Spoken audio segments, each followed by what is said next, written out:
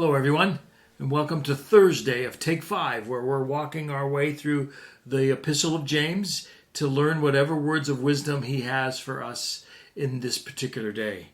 It's Thursday, short week. How's it going? His words today, I think, are really relevant to where we are living in this COVID time, where it seems like our fuses are shorter. We tend to be a little bit grouchier.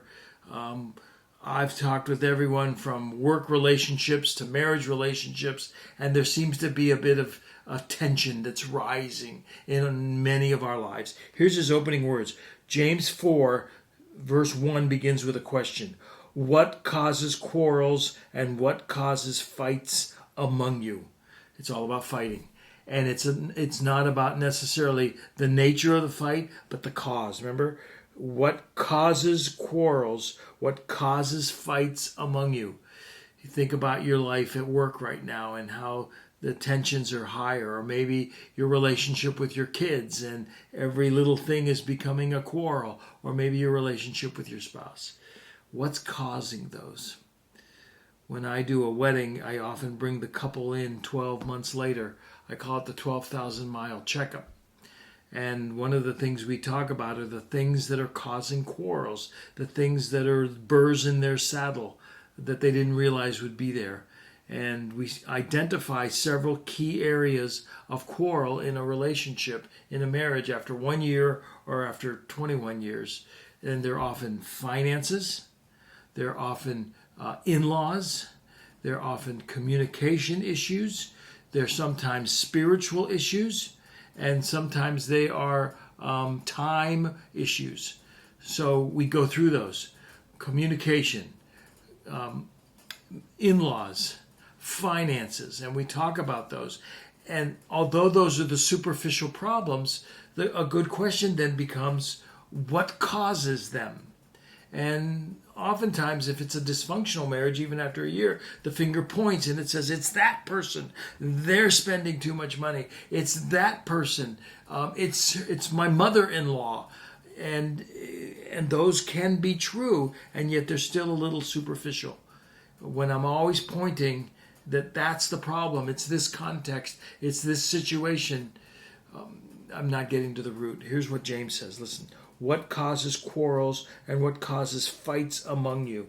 Is it not this, that it's your passions are at war within you?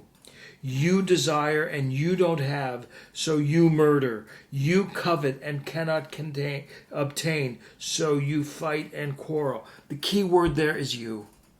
And he's really doing something very smart. He's turning it around and saying, it's about you. It's about your desires. It's about you wanting. It's about you coveting and not being able to obtain, so you fight. And he's just having us reflect on the first step in dealing with the quarrels of your life, of mine, is to look inward. Not look at the circumstances, not look at the other person, but look at myself. It's a really good concept to deal with. Here's a book I wanted to recommend if you don't know it. It's called The Peacemaker by Ken Sande, a biblical guide to resolving personal conflict. If you've never read it, Trinity Church a couple years ago, we read it together. If you've never read it, you ought to pick up a copy of The Peacemaker. It's a really good book.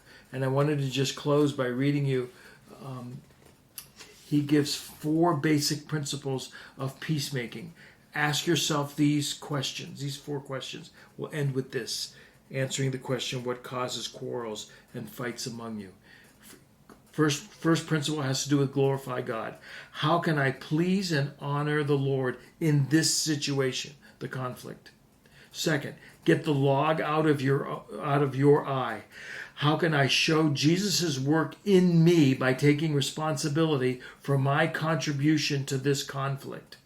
Thirdly, gently restore.